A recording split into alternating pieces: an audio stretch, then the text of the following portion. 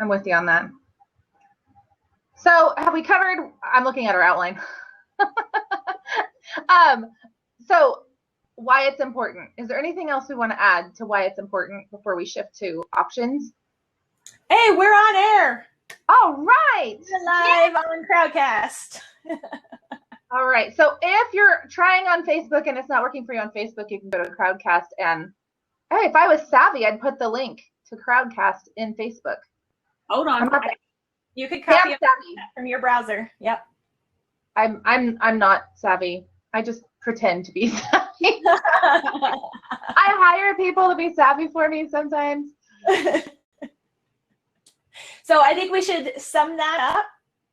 Okay, go for it.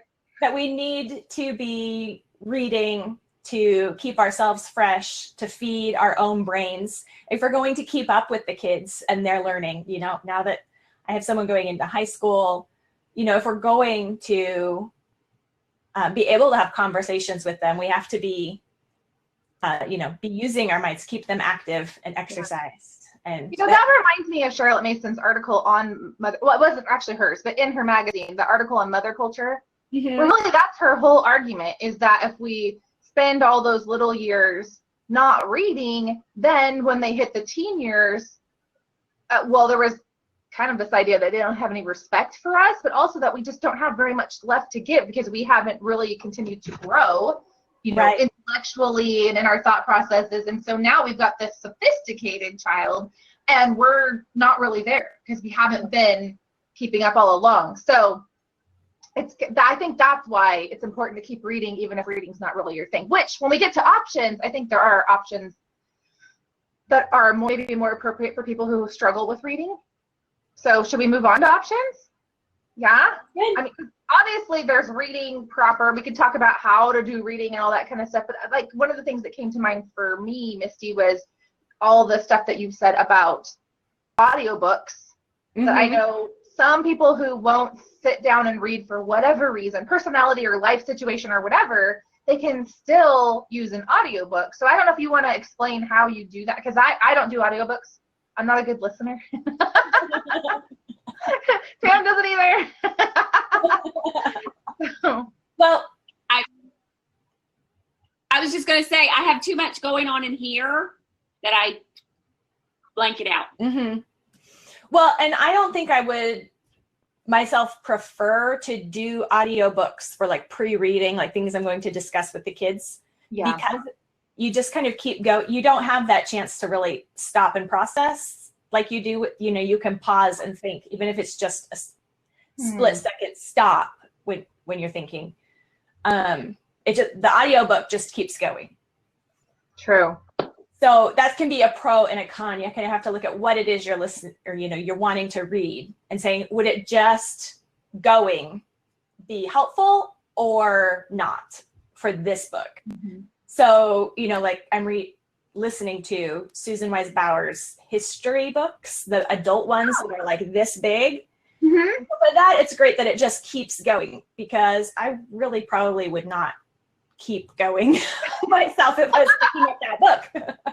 And it's really just for the flow and the big picture of history is what I want out of it, not remembering all the little details. So right. It works. And it would also work for fiction, probably then. Right. So I like Dickens or some Russian novels through audio, because there's those big chunks of like scenery description, or if there are accents that are difficult to read, but really easy to process when someone speaks them who knows what they're doing. And that helps with comprehension. Good point. So I pick and choose which are good audiobooks for me and which aren't. But then it helps too with the wanting to get out of bed in the morning or wanting to incorporate exercise. So at least maybe if I'm not running, I'm at least walking and I can listen to something and, you know, get some progress in a book. You know, if I want to keep going, I can keep walking. So they kind of feed each other. Nice.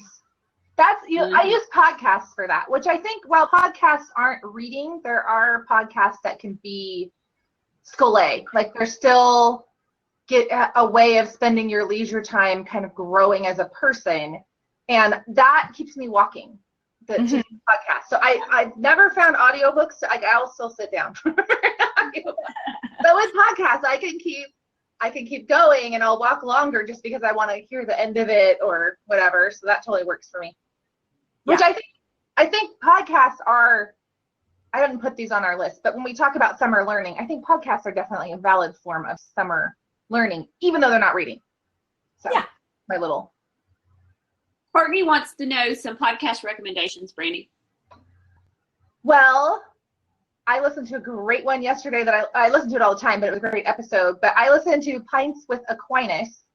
And so it's mainly focused on Aquinas' Summa Theologica, but not entirely. Sometimes they will cover other things. So, for example, the one I listened to yesterday was all about the 3 types of friendship, which originate in Aristotle and then Aquinas fleshed out. And so it was like this fantastic, 20, 30-minute conversation between 2 people discussing those different types of, and it was like one of those things where I thought, if I had just read this in Aristotle, I wouldn't have gotten nearly as much as hearing them go through it using Aquinas as a tutor and all that. And so I think that one, as far as an actual learning, because there's podcasts that are just for fun too, but as an actual learning podcast, that one has been huge for me. So I don't know if you guys have ones that you feel like are really good learning ones, but that's my favorite for learning. I'm on an Aquinas kick though, so. You said something about that one recently. I can't remember where you said something about it, but I actually subscribed and put it in my thing. So. A convert. I'm so thrilled. Okay, so let's see. So we have audio podcasts. What other I'm trying to remember what I have. I'm afraid I'll like crash my iPod if I try to move to. But there's like video or DVD also. True. I had a friend and I have gotten together before and watched the Teaching the Classics videos together. And that really helped just make it, instead of reading the teacher manual, watching the examples and hearing it and seeing it really helped us be able to use it and see how it might look for us in our situation.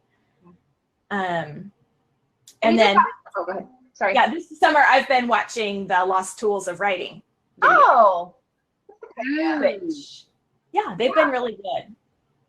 A couple summers ago, our local group did the 3 Eve Anderson DVDs, which are sold by, I think it's Perimeter School. So she's just giving examples. I think one is nature study and one is picture study and one is narration, I think. And it was so helpful to see it. It's funny, I'd read those things for years, but to see someone actually doing it, it was just a different take on it. I don't know why, I just didn't expect video to have, on something I felt like I already knew, to have much of an impact on me, and yet it really did. And something about seeing it being done helps you picture, like, and being able to imagine yourself like, oh, I could do that. I was making it a bigger deal. I could do that. Yeah. Yes, exactly. That is true. I was making it a bigger deal. That really is.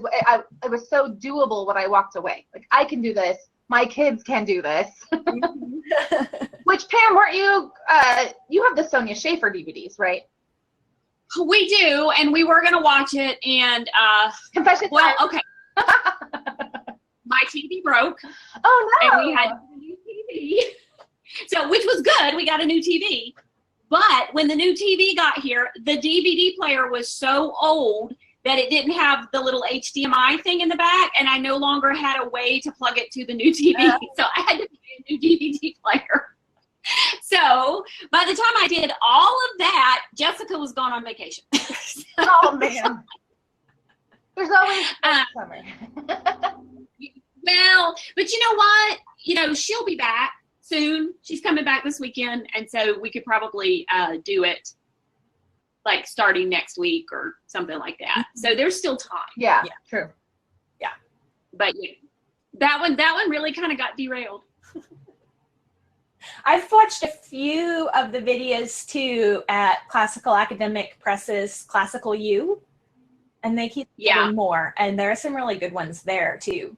In fact, I kind of have for the school year, because I'm trying to figure out how to fit in like learning and keeping up with things, my own intellectual life during the school year, and just really making sure that I keep those times instead of letting them slip by. And I'm going to have a time in the afternoon that I'm going to call laundry and learning. Ooh. So while I'm folding the laundry, which is something I don't like, I'm going to give myself like 2 or 3 options to choose from. And so one of them is going to be classical U, and then others will probably be podcasts, but something that I don't have to watch, but just it's mostly listening to, but that's easy. You know, I'll have to put in shortcuts or things, just make it fast and easy to get to. Yeah.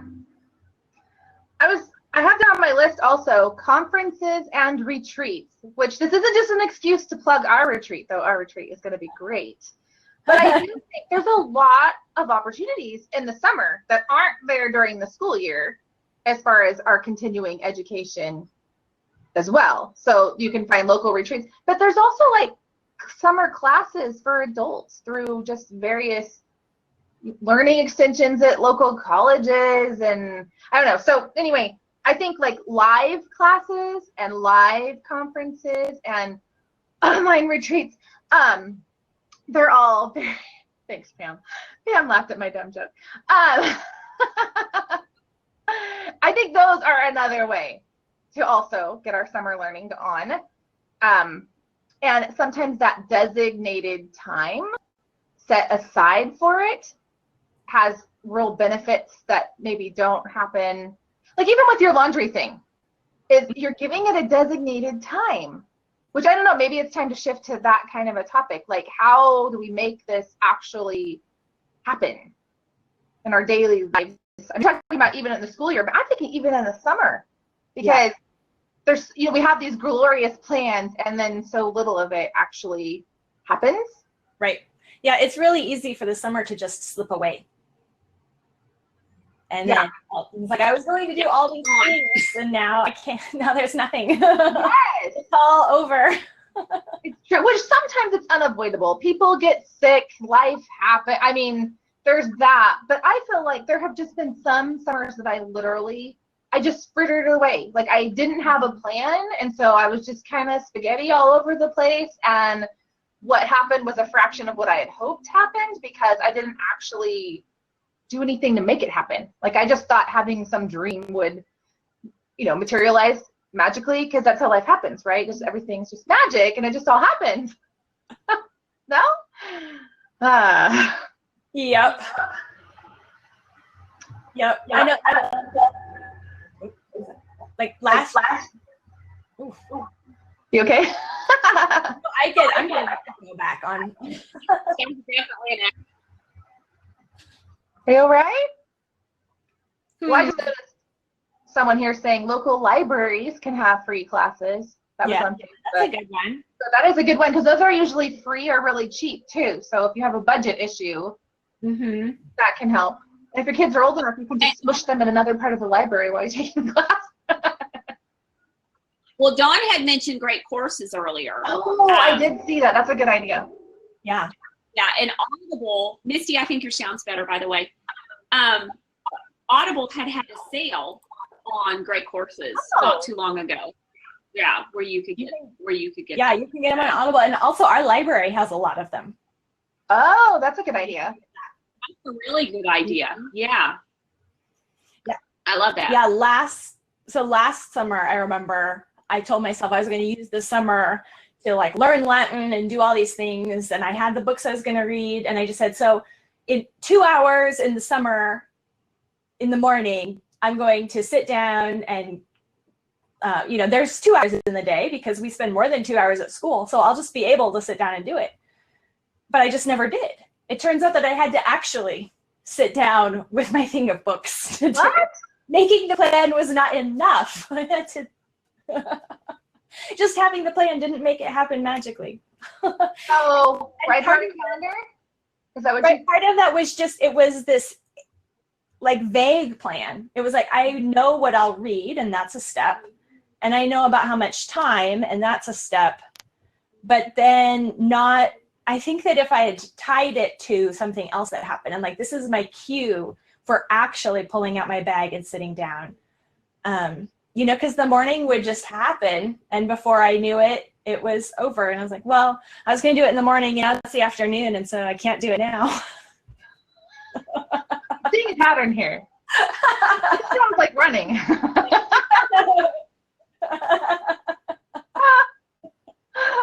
Okay, can I show my bag? Yeah, do it.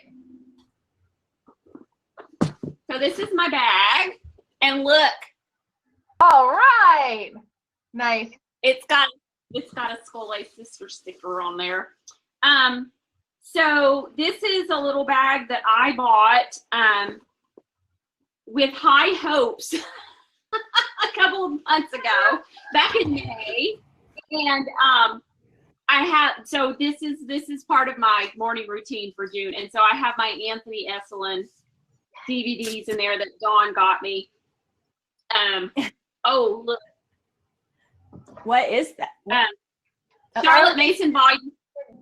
Oh, It's in the modern paraphrase. So when we're talking about removing barriers for Pam, this is removing a barrier. And I got commonplace book, and I got my nature notebook. Oh, nice. Yeah. I need a bag like that. That's cute. mm-hmm. I got Charlotte Mason boot camp materials. So this is my Scholé bag. I even have, what is that? Oh, it's just a little line journal I picked up. Norms and nobilities in here. And then I've got some paints and, some of the Yeah. Mm-hmm. I've got John Milton too, Brandy. You'd be proud of me. All right. All right. So, and I've got pins and all kinds of stuff. Oh, I even have a backyard bird guide. So, this is my bag of stuff to do. So whatever it's like a Mary Poppins bag, Brittany said. You have a lamp in there? No lamp. But, so anyway, the idea behind this is that I can carry this anywhere, because what was happening was I was making piles all over the house. Yep. And I would like pick up my piles and move them from location to location. And there were just piles. And so husbands don't always appreciate that practice. They don't. Isn't that weird? Yeah. They really don't. Like when you leave it in the middle of the kitchen table. So the thought was I could carry this on the back porch in the morning, though it's just about gotten too humid out there to do that these days. But I could carry it on the back porch in the morning, or I could carry it to the chairs in my bedroom, or I could take it, to the living room with the recliner or whatever. And I would have everything I needed, and I have enough variety in there that I can pick out whatever I want to. I have no excuse. There's something in there that's going to strike my mood at just about any point in time right there. So this is my goal starting next week, is to start using my bag, for about 15 minutes every morning, at least. Just start there. I love that you put enough variety in there that you won't have the excuse of, oh, I'm not in the mood for this one book. Yeah. Because, we're not always up to the hard book that we're reading or whatever. So having that variety, I don't know. I think that is a great way of removing the barrier to entry. Because I've done that before. I'm too tired to read that book. And there's nothing else within arm's length. And I'm too tired to get up. So that end. Or even just like, what was I reading again? And then where was it? When there are too many steps to get to actually reading, then it's just more likely to not happen. We have that inner resistance that just says, well, I'll just, check Instagram or Facebook or whatever. Which it's interesting, we always default to the easiest course of action. And it's so human. But I think when we plan, if we take that into consideration, like if we think of ourselves, I think self-knowledge is so helpful, right? So we're like, this is the course of action I'm going to default to if these certain things, which might be different for me than for you, but if these certain things aren't in place, then when I'm feeling lazy, I'm going to use them as an excuse to get out of doing the harder work of something other than Facebook or Pinterest. Is Pinterest still a thing? I don't know. One obstacle I noticed I was having, and I didn't even realize that this was part of the problem, was my idea of what sitting down with, norms and nobility was supposed to look like. Like, what I wanted was to be able to sit down with it at a table or something with my pen and the commonplace notebook and, underline and commonplace and take notes while I was reading. But I couldn't do that anywhere or all the time. I had to have my stuff together and the space to do that. I couldn't just do that, while waiting in the car for something or, anywhere. I couldn't really do it very well on the couch because I can't really write very well, on my lap or whatever. And then it's going to my commonplace notebook and I don't want it to be bad handwriting. And so then I just end up skipping and being super far behind on my online book clubs. When it was during an online book club, actually with Amber Vanderpool, where we were talking about commonplacing, and she said that she just reads and with a pencil only just to mark in the book, and little Post-it flags, and the quotes that she wants to commonplace she marks, and then she has a time where she sits down and commonplaces separately from her reading time, and all of a sudden it was like, duh. That's my trouble. That's what I need to do. That's what's holding me up, is I think these all have to happen at the same time. And that puts these logistical restrictions on where and when I can do it. When if I just separated them, which I used to do. But, yeah. So I think this is a good time also to make a plug for book clubs. Only because for some of us, accountability helps lower the barriers for entry. So if you have a meeting that you're going to go to and people are going to be discussing something, that I know there have been times where I was not able to read beyond pre-reading for school, especially now that we're in high school. That's a lot of reading. I mean, I don't read every single high school book as it is, but the ones I want to be able to converse on, it's quite a bit. And so I still felt like it was important for me to have something going for myself. Well, it turns out my monthly book club happens whether we're in season or out of season. And so that chapter magically always gets read. It's like having a running partner. Like, you might not run, but if someone's expecting you to show up, you're probably more likely to run, right? So I don't know. Do you feel like your online book club, I know my real life book club, I feel a lot of accountability with that. And I've not done a lot of online clubs. Do you think it's similar? Or has it been for you? It helps. The one where it's an appointment where we show up by video chat is for sure, because it's like the same sort of thing. You have to show up. Now the one where it's on the forum, not so much. So I'm like, what day was it? What day is it now? What I'm supposed to go on? Well, sometime this week, and then it's the next week, and then I'm 2 months behind. So. Well, it's true. I've noticed that because the Scholé Sisters forum has a book club going on right now, and there's usually quite a delay. And not joined in the conversation. Well, there's quite a delay between when I post the next post, which I don't care. I mean, it's fine. But between when I post on Monday morning and when it actually starts getting any conversation at all, there's like a 4-day delay. But I was thinking about this with forums. There is this sense of this is what we're reading this week, or this 2 weeks, or whatever, instead of like there's this hard deadline of the meeting is at this time. Yeah, it has a different effect, I think. I mean, I love forum book clubs. I'm not saying don't do them, but I don't think it has the same effect as having that. Again, it's on the calendar, right? The meeting is on the calendar. So, yeah. Let's see. I'm trying to think about what else keeps us from doing it. Kids.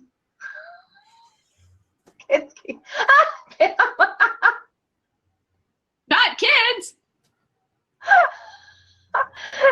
For the longest time, I just could not understand why I didn't read nearly as much after I had kids as I did before I had kids. And not, not even hard reading, just easy reading. And I just cannot bear to be interrupted. I just don't like to be interrupted when I read. It's like totally messes me up. And so, yeah, the kids thing is hard. Mm-hmm. So is it easier now that they're a little bit older? Because I'm thinking, like, when they're babies, you can't be like, well, listen, mommy needs 10 more minutes, Yeah. But now. Yeah. Now that Thomas is, he's still like, has come up and lay on me and things. But it's definitely getting easier, and I'm reading more than what I have in the past 7 or 8, 10, 11, 12, 13 years, 12 years, I guess. She just turned 12. Well, and the other thing, interruptions are big for me too. And so that's why, sitting at the kitchen counter to do my reading, wherever, it's like, that just isn't, I'm not going to do that because that's going to make me feel more frustrated rather than refreshed, because this isn't what I want it to be. Yep. But so one thing I've been doing this summer too is just setting up areas so that I can, remove those kind of obstacles. So I've made a little corner, brought a chair from the living room up into my bedroom and have a little side table. And so I have a place where I can close the door and say, you all might not need a quiet time, but this is mommy's quiet time. And there's a spot that looks attractive to come to. And so then it's something that I want to do, and I can close off at least some of the interruptions. And just having a designated spot helps a lot. So we have designated time and designated place. Yeah. Is there anything else? I'm trying to think if there's, well, I guess designated material. Right. Would be the other one. Which I did see that someone said, tell me what to read. So we can link some of our posts on summer reading ideas. Mm-hmm. I'll go, I'm going to go on to Facebook after this and add any links that I think should be added to this conversation. So those of you on Facebook, I'll go through and add some links of things that you've asked about as we're talking here. So designated time, designated place, designated material. What else? Designated, place, like place to do it, and also place your book bag. Okay. Has all your stuff. We also have a couple of questions here on Crowdcast. Okay.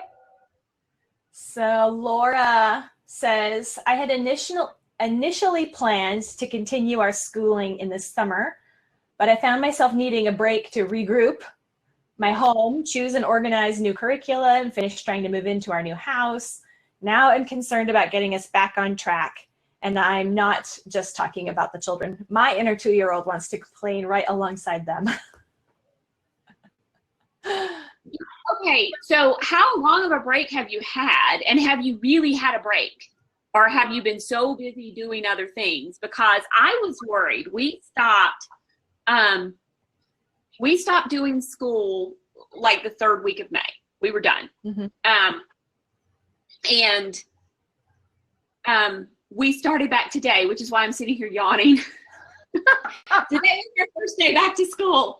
And I was really afraid at the end of May when we stopped, or the middle of May when we stopped, that I was not going to be ready to start back in July. Because I knew I wanted to start back July 6th. I've got a lot of things going on next year. I'm going to need to take days off throughout the school year. So I knew I wanted to start really early and like bank these days to use. And it's hot. It's just hot and miserable outside. So, but I was really afraid. I was really afraid that I was not going to feel like starting. And I did. I really, like, about a week and a half ago, I started thinking about what I needed to do to get school going. And I really felt like I was ready to start. But I completely shut down during that 6 weeks we were off. Like, there was no partial school. There was no trying to get them to do anything. It was nothing. And so I think in order to get past that, you have to give yourself a true and honest break. I do think that a break where you're not doing anything helps. It doesn't take away time. It's not like wasted time. I think you end up coming back to school more refreshed, more ready, because you've had time off where you're not doing anything. Yeah, and despite the fact that they said they were not like, you know, and I had some whining and some flopping and all of that kind of stuff, but they really had a fairly good day, you know, despite the fact, and there was some complaining and stuff like that, but it was totally normal. So I could tell that they had benefited from their break too. Yeah. Mm-hmm. Yeah. We're doing that this week because we have a few things we continue in the summer that are more habit type things, or like we'll do a little bit of language learning in the summer, those kinds, like there's a few things, but this week I just said nothing. Like even those of you who think you want to continue things, because I have a couple that they're into something, but then I know they're going to be burned out when we start school when I'm saying you have to do it. Uh-huh. You know, so this week it happened to be like the karate dojo is closed and there's no youth group. There's just all these different things that were canceled. And I just thought, okay, for sure, this week at least, nobody is doing anything. Like you just are going to play all day. That's my rule. You have to have fun. Sorry. But it's just, it's good for them and it's good for us. Like I needed to not have those kinds of responsibilities either. The administration of everything, and moving's a big deal. Like, it doesn't feel like, I don't know. And if you're in the middle of a move, you're not taking a break. No. I mean, that's not a mental shutdown time. And so, you know, give yourself a couple of weeks to really take a break and enjoy each other. And and then play. Go on vacation. Something. Yep. Yeah. No, I think that's true. And that's outside of the reading, right? I mean, that this concept really is even, it's like, we don't necessarily mean you need to take a break and read. I mean. No. Yeah. I mean, just take a break. Now, I would say that reading could be part of that break, you know, especially if it's more enjoyable reading than it is, you know, something that you're like a bubble bath book. Like a bubble bath book, or even, you know, Northanger Abbey is what we're reading for book club this month. So that, you know, as opposed to like Norms and Nobility. Mm-hmm. Yeah. What? You're not going to read that for fun in the middle of moving your family from house to house? Well, it looks like we have a lot of people moving. So the next question is from Mariana, and she says, so far, I've got a summer basket with a few readings, and that's working, but I'm packing my home to move in a couple weeks, where we'll be renting temporarily while house hunting, and I have no clue how to keep a somewhat steady routine in the middle of the chaos that's coming our way. Any tips on what to focus on and what not to focus on? Like a routine for her or a routine for the kids? She said, oh, her. Okay. Just put stuff in your basket and take it with you. Change it to a bag. Put it in a backpack. You know? Yeah. I think also having a simple morning time, circle time, would also be helpful, just as far as, I think that when nothing, and I think it's more important if your children don't read themselves, like if you have all illiterate children or what, you know, little ones, little ones that haven't learned to read yet is what I mean.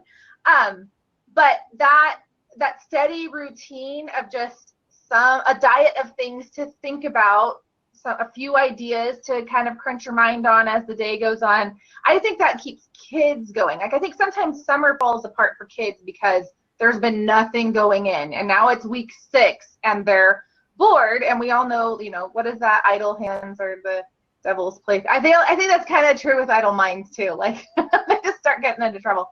So I'm thinking of like a basket for her, but a basket for the kids too. So even in the midst of all of that, they can do, 15 minutes in the morning, or it doesn't have to be a big deal, but. Or audiobooks for the car if you're going to be doing writing and going to houses, to just to have something on in the car so they're not bickering they're all listening to something. That's a good idea. Use it as an excuse to shop. Everything's packed up. I have to go buy something new. I have to go to the bookstore. And then digital stuff. Yeah. I mean, this is a really good time to go a little more digital and read on your device, or put audiobooks on here or listen to podcasts. And so while you're packing or something, you can listen to so you're getting something done, but also having something to think about. So you may not have a big selection of stuff, physical stuff, but you can have digital stuff. Okay. I was trying to say, we have other questions here. From Should we keep Facebook? going? No, I'm actually looking in Crowdcast. Okay.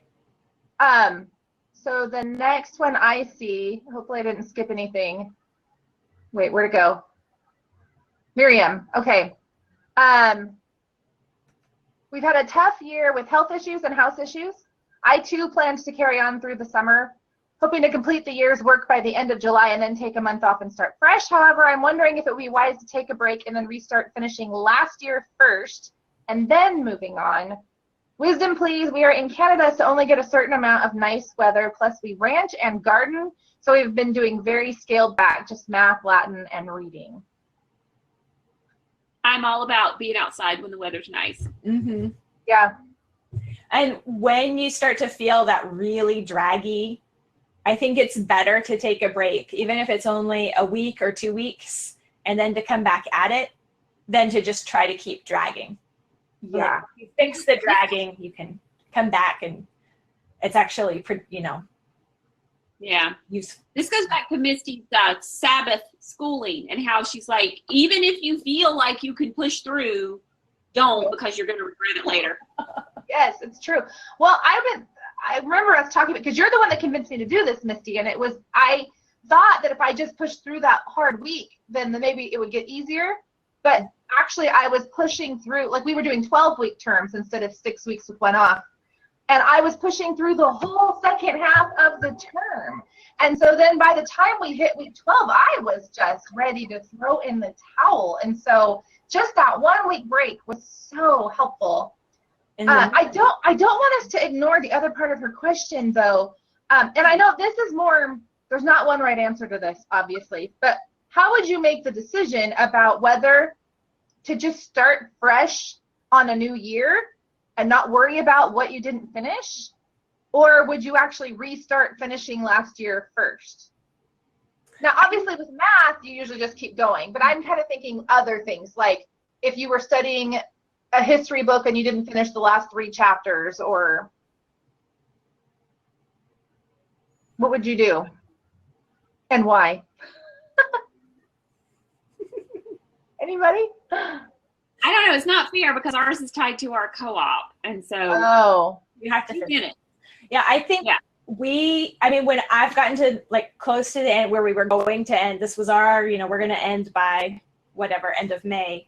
And we still have more chapters left in a read aloud kind of school book. I look at it and I say, okay, we're either, on the one hand, this last year we had that a little bit with my older sons. And the reason there were chapters left was because they had procrastinated or dawdled or said they did it and they hadn't done it. Yeah. And so they had to do it because that was a problem. They needed to learn to not do that again. That was a consequence to them. And it didn't really affect me that much, except having to tell them that no, I meant it. You have to do that before you can go play. As far as like the read aloud, the group lessons, that sort of thing, or the younger kids, so like under 10 and under, those kids, I just looked and like skipped and just hit the ascent. Like, we really should read this one. Yeah. And just cut back and ended. Yeah. I've done that. I've also just given a child the rest of it as more of a read aloud. I'm not a read aloud, I'm sorry, as like more of a free reading selection. So I'm not requiring them to produce anything as a response to it. They don't have to narrate orally, written. They don't have to take a test. I mean, there's just nothing. But I just want to make sure that they familiarize themselves with the material so that when we're moving on, I feel like they bridged it. And the times that I've done that, it's because I really felt like the end of this particular history book was bridging them to the next one we were going to read. And so I didn't feel like I could, because some history books, the last chapter, it really does not matter for next year whether you missed it or not. And Yeah. I mean, I know we're like, but they'll never know about the Statue of Liberty, but they might, because I don't remember reading a chapter on it and I know what it is. And so I'm not that, you know what I mean? But like sometimes the end of it is really, it's like, and all of this happened and that's why this happened next year and that's important. And so I think we can just kind of give it to them. But I mean, there's going to be gaps. We can get too obsessed with filling gaps and there just are going to be gaps. Yeah, and So, any book like math, Latin, if you're using a textbook kind of grammar, those kind of books where, the next lesson comes after the next one, you can't. right. We just stop at the end of the year and pick up. We have Yeah. never, ever finished a math book at the end of the year. So we just left off wherever each student left off in the last book. Mm-hmm. And we're going to start, our first day is tomorrow. And they're not going to start with the next lesson. We're going to go back and do some review. I'll pull old pages that they didn't finish, didn't do because they passed the lesson before. And anyway, they'll do review, and that's good too. And we'll just pick up, not even where they left off. We'll pick up behind where they left off, and it's all good. Yeah.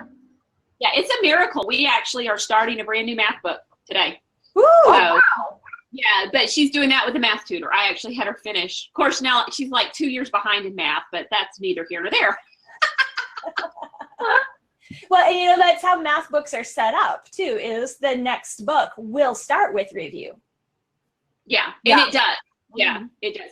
And I want to say, I feel like I was kind of flippant with my answer with like, oh, we have to finish because the co-op finishes.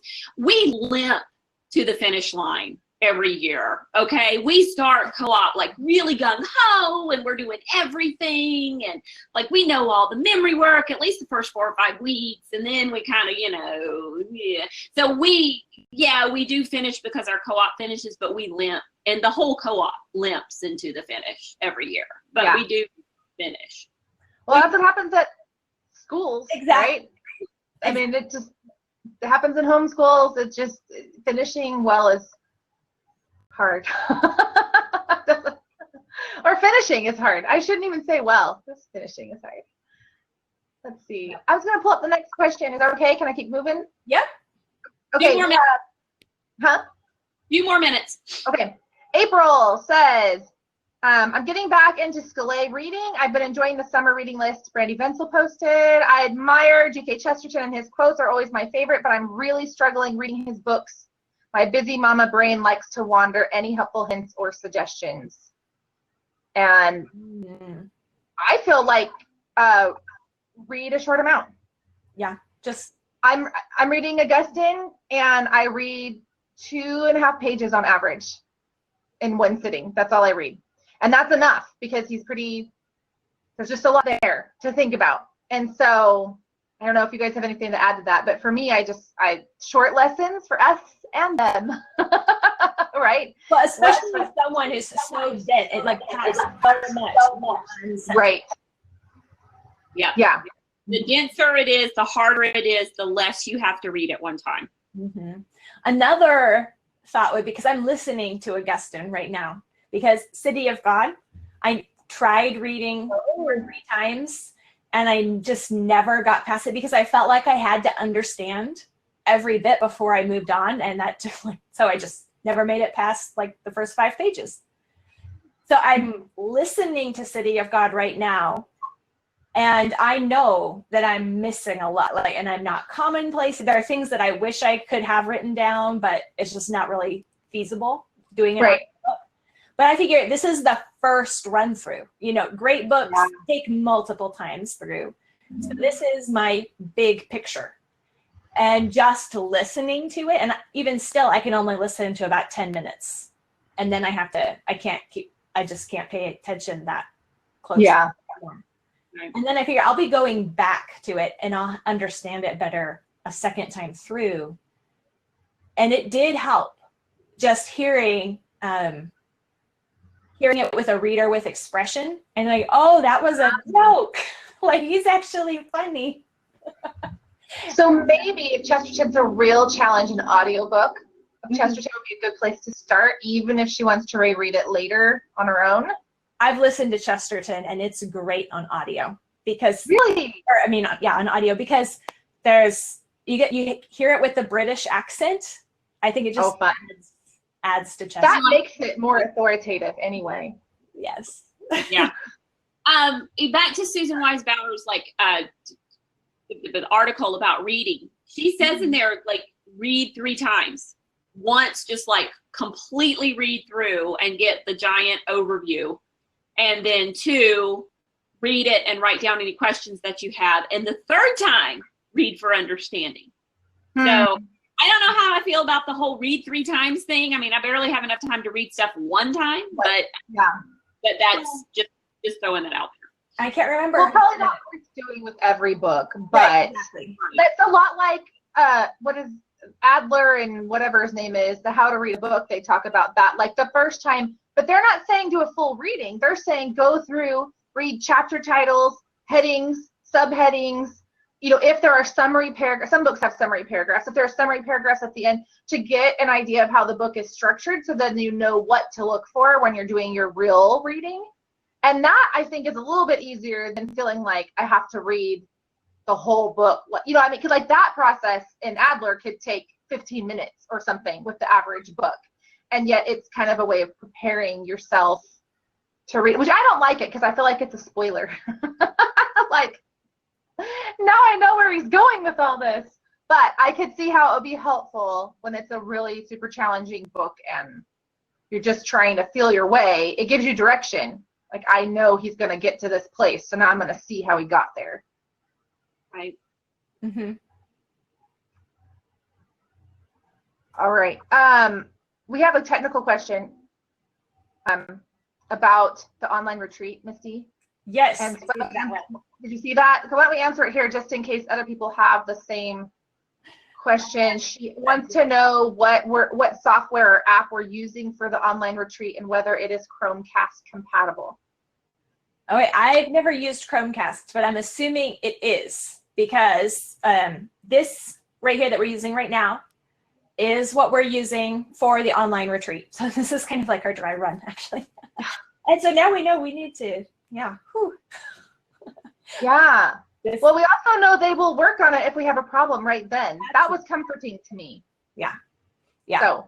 So if this is working for you, the retreat will work for you. And this is built to run best in Chrome. And I think Chromecast is just projecting Chrome onto your TV. Is that what Chromecast does? That's what it means? I think so. Yeah, I think it's like Kindle Fire, or not Kindle Fire, Amazon Fire, any of those things that fit into the back of a TV and there's a Wi-Fi connection or something. Yeah, I think so. So this runs best in Chrome. So I'm pretty sure that Chromecast would work. Oh. If you are using an Apple mobile device, so an iOS device, Chromecast has an app and that works better because this doesn't really run well in Safari at all. So if you have Chrome on your Apple, which you should, that'd be okay. But they also have an iOS app for Crowdcast. So you just search Crowdcast and you can watch and do it all on there. We have a Facebook question. Okay. Where to start with Chesterton? Any opinions? Father Brown? I was thinking that.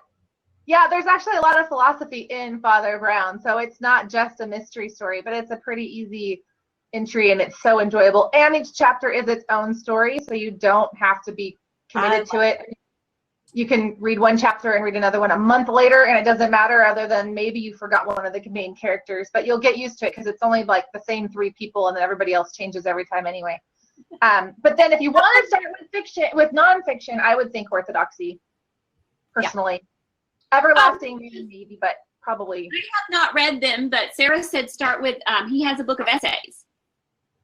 Oh. A couple of his books are really actually essays, so then each chapter is its own separate thing. A couple of so same situation where you've got less to worry about.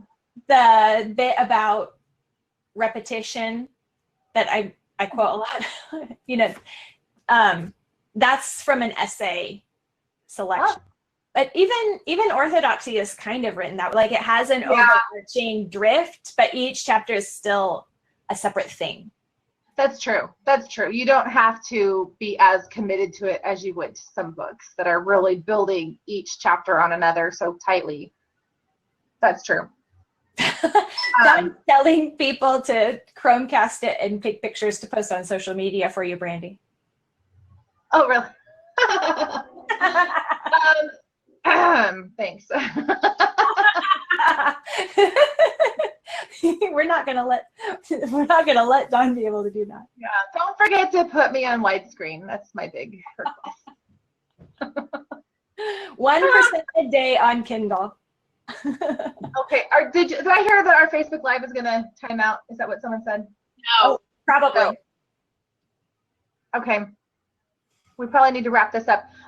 Here is my commitment. I'm going to go through everything on Facebook and make sure questions are answered that maybe we missed. So do you guys want to do that in Crowdcast? Maybe just we kind of wrap everything up offline.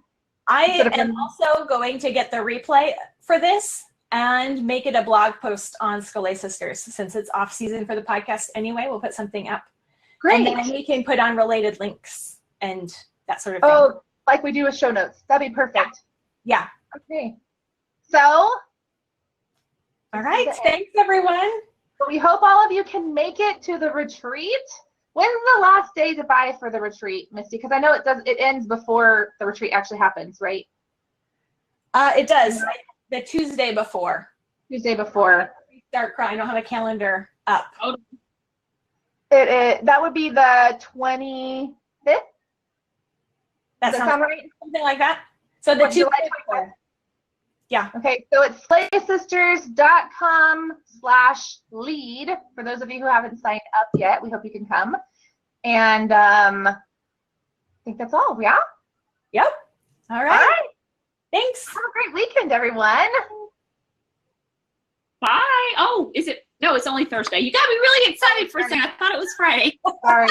I'm still on summer break. Every day is a weekend. I was like, this was the shortest school week ever. Speaking of shameless plug, I'm about to jump over into Facebook Live on my Facebook page. And that's what we're talking about, the shortest school week ever. Good. So, it's facebook.com/HSPM Barnhill. I'll have to come watch it. All right. Bye. Bye-bye.